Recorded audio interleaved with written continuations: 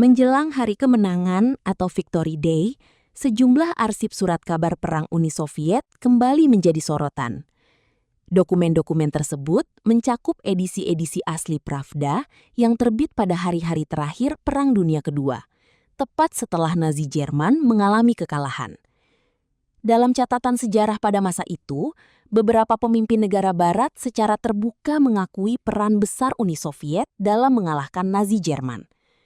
Pengakuan tersebut menjadi bagian dari dinamika politik dan militer pada akhir perang. Namun dalam perkembangan waktu, kontribusi Uni Soviet dalam kemenangan tersebut dinilai semakin jarang ditonjolkan dalam narasi sejarah di sejumlah negara barat, termasuk dalam materi pendidikan. Hal ini memunculkan kembali perdebatan mengenai bagaimana sejarah Perang Dunia Kedua dipahami dan disampaikan kepada publik hingga saat ini. You know, I always say that journalism, the news, it's really just history that's happening right now. And these newspapers are really evidence of this. I mean, these newspapers were the actual newspapers that 81 years ago people had their hands on. They were reading these newspapers as the actual events of the world were happening. I want to just show our viewers right now. We've got this issue of Pravda, which in Russian means truth.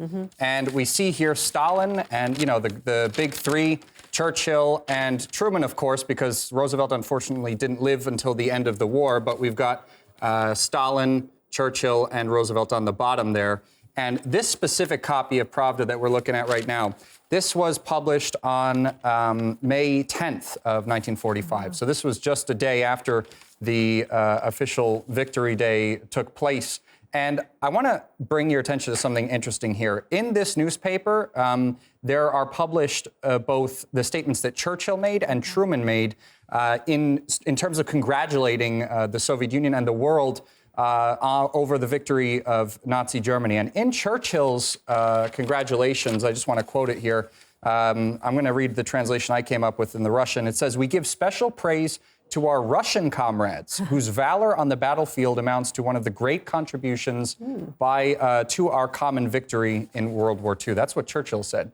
Now, if we look at Truman's statement, right, anyone who knows history knows that Truman was a big anti-communist. If you read anything about Stalin's meetings with Truman, it was a very different dynamic than the dynamic that Stalin had with Roosevelt when he was still alive.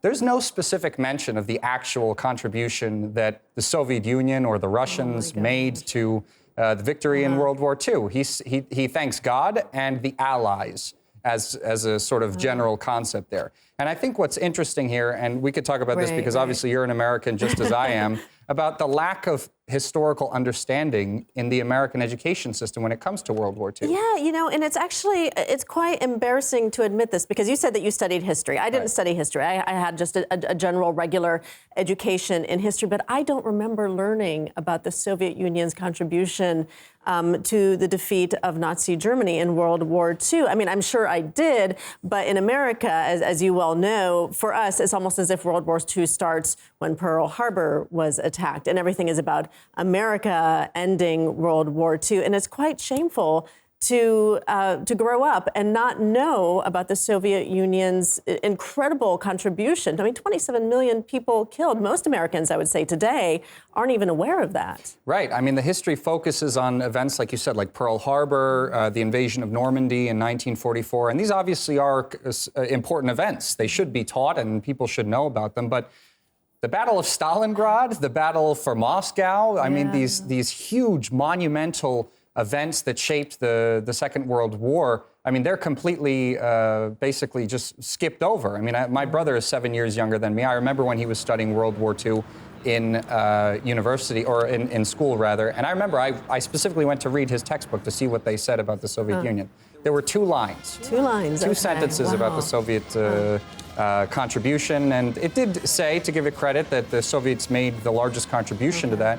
But it's two sentences. They spend a whole how many months studying the United States and Great Britain's contribution to the war, and almost nothing is said about these really moments, like I mentioned, the Battle of Stalingrad, or when the Soviets turned the tide and they were moving towards Berlin. I mean, that contribution that you mentioned, 27 million Soviet people dying to essentially not just liberate the Soviet Union, but the entire world from fascism. That entire contribution is just skipped over. I mean, and I want to. It's more than a contribution, really. Yeah. I mean, like the fact that people don't know about that, it's really incredible. Yeah, and I want to just to sort of draw a contrast here. We've got another newspaper here from the 4th of September, 1945, that we could show on the camera here. Again, we've got a picture of Stalin because on the front page is Stalin's address to the Soviet people, actually, when Japan was defeated in World War II. And Stalin gives a speech talking about this. Obviously, the Soviets also were involved in the front against Japan, but in Stalin's speech, he congratulates not only the Soviet military, not only China, also another big theater, which is completely skipped over in American schools, right. even though millions of them also died in the fight against Japanese imperialism and fascism.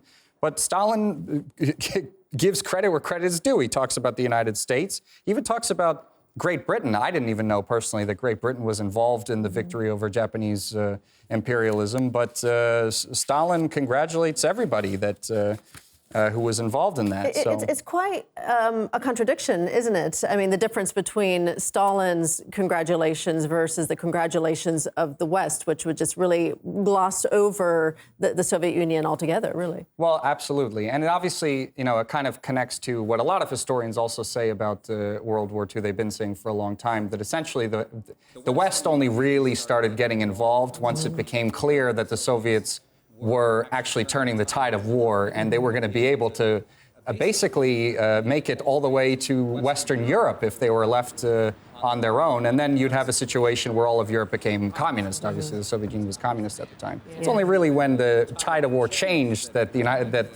United States really decided to obviously go with this invasion of Normandy in 1944.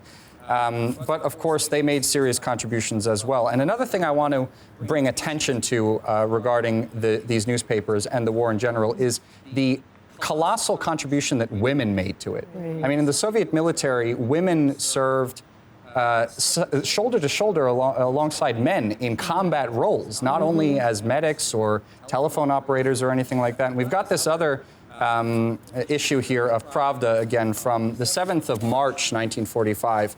And it's actually in honor of Women's Day. While they're fighting the war, and they still found time to celebrate Women's Day. And in this article, you know, they give special thanks to the women of the Soviet Army, not only the soldiers, but also the medics and telephone operators, and also the engineers and factory workers that are working in the back lines to support the military, right? I mean, when we talk about America, you know, women played an essential role in terms of military production, but the sort of combat role we saw in the Soviet military is not comparable. Oh, no, and I think a lot of people in the West would really be shocked to hear that as well, that women were serving in the military 80 years ago alongside other Soviet soldiers, Yeah, and we've got this last newspaper here, actually, that gives some specific examples of that. We don't have that much time, so I'm going to just go over them pretty quickly, but this is the Pravda article from the 10th of March, 1945, and we can see here, this is a picture, here, let me show the camera here. This is a picture of female soldiers in the Soviet military above an article which gives credit to 3 specific women who served in the Soviet military. The first one was named Anya Korkina. She was a guard sergeant. So guards brigades were some of the most serious Soviet battalions and brigades in the war, you know. And although she didn't have a combat role, she was wounded 3 times. She was a telephone operator operating right near the front line. There was also Zhenya Semyonova, who had saved so many injured soldiers from the front lines. She pulled them out of active fire that the newspaper said that she had essentially saved an entire platoon. Oh, my goodness. And the third was another woman who had actually served in the back lines, but she had caught 2 German spies disguised as a major and their deputy and was able to do that. So really huge contributions to the victory of the over Nazism in the Second World War. Jelajahi cara baru mendapatkan informasi. Download MetroTV Extend sekarang.